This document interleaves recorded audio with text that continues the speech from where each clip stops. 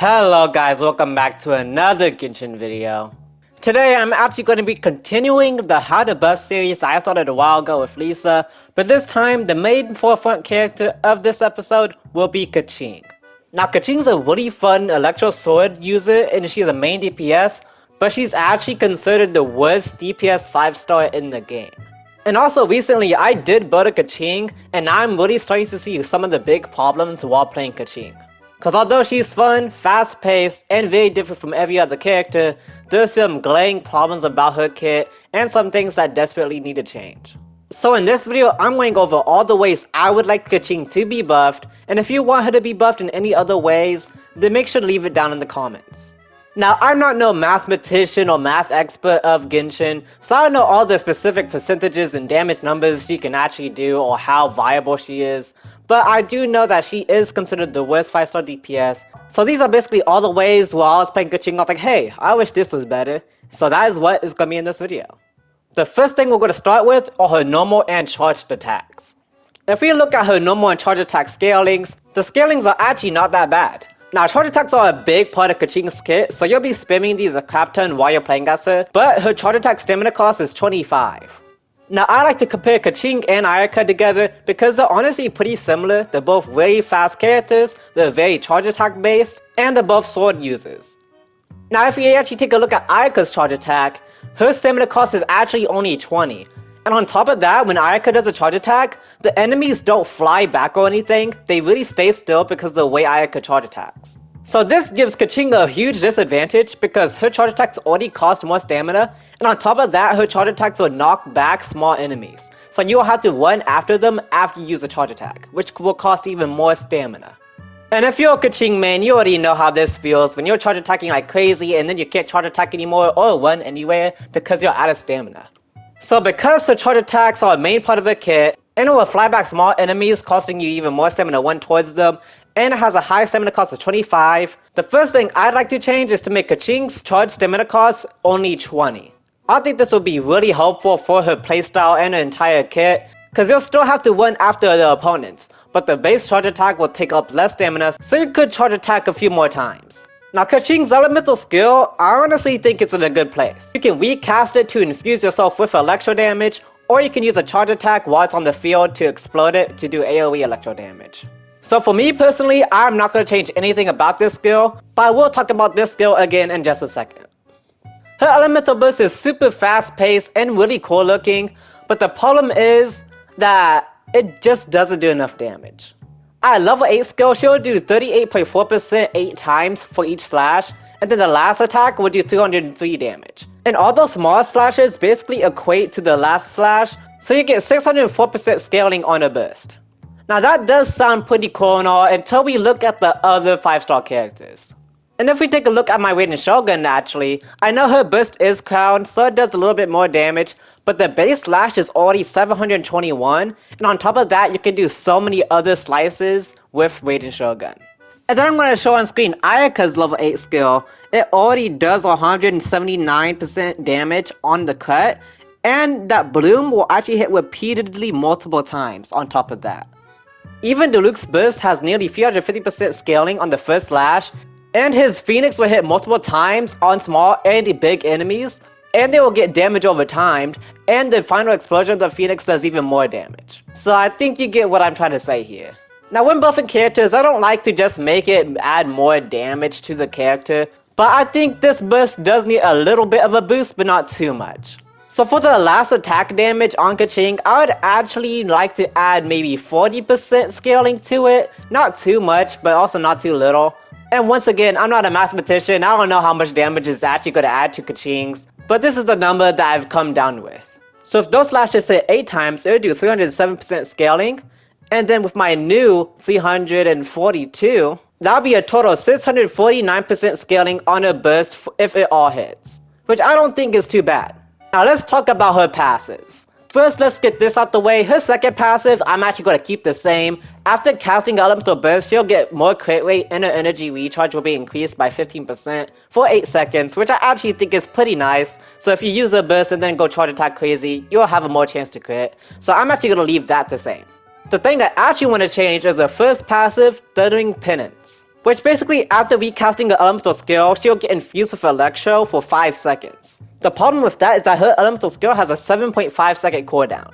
So if you're running an electro Keqing, there's always going to be 2.5 seconds of downtime where you're just doing physical damage and you can't do anything about it, which caused a huge drop in electro Keqing's damage.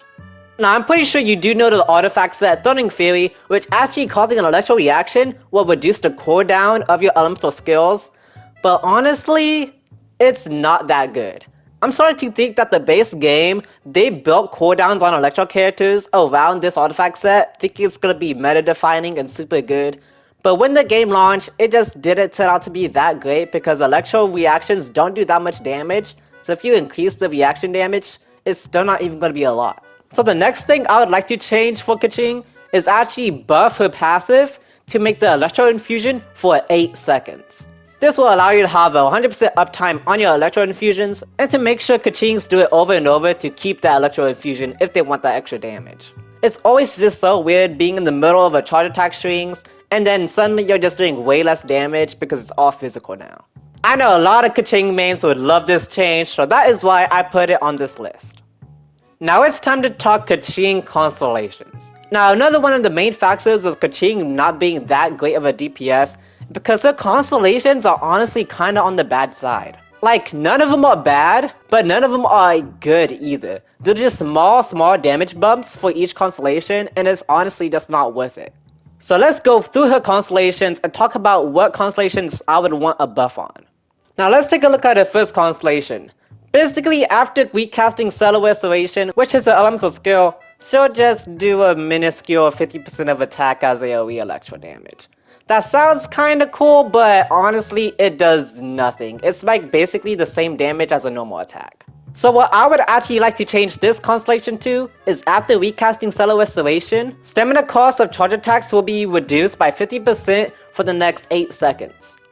Since this was a huge part of her kit with her charge attacks, I think reducing Keqing's charge attack stamina cost will hugely benefit her playstyle, and getting it from a constellation will help greatly. And kinda like Hu Tao, where her charge attacks will consume no stamina with her C1, I didn't want to do a crazy revamp, but this will definitely help out Keqing's damage a lot, because now she can do it over and over and over and not have to worry about that stamina as much. And it also fits in line with the elemental skill change I made earlier to increase the infusion to 8 seconds, so that if you do it again, you'll keep that reduction in stamina. Now her Constellation 2 is super bad. It's really bad.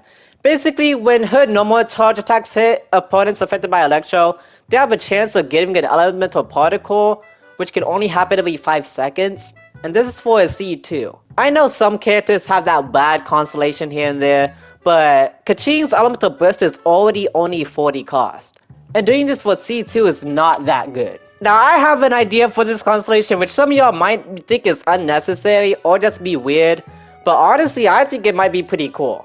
So I'm going to change this constellation to when Keqing's normal charge attacks hit opponents affected by electro, they have a 50% chance to reduce the cooldown of an elemental burst by 0.5 seconds, which can happen every 2 seconds. I know that might sound a little crazy, but hear me out. Just imagine being able to spam her elemental burst over and over thanks to a constellation. And if you have energy recharge on your Keqing or another electro character, this will actually be very beneficial to letting you spam it more often. Now if you do hit all the 50% marks, you can actually reduce the elemental burst cooldown by 3 seconds. So it'll have a 9-second cooldown, so you can pop off your elemental burst even faster. Now to some people this might be a useless constellation, but to me, and for a more fun playstyle, I think this would actually be really cool. But that is just my opinion. Let me know in the comments if you feel differently. Now her Constellation 4 is for 10 seconds after triggering an electro-related elemental reaction.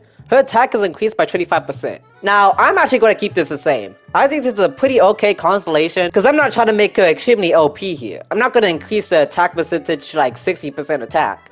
So I'm going to actually leave this where it is.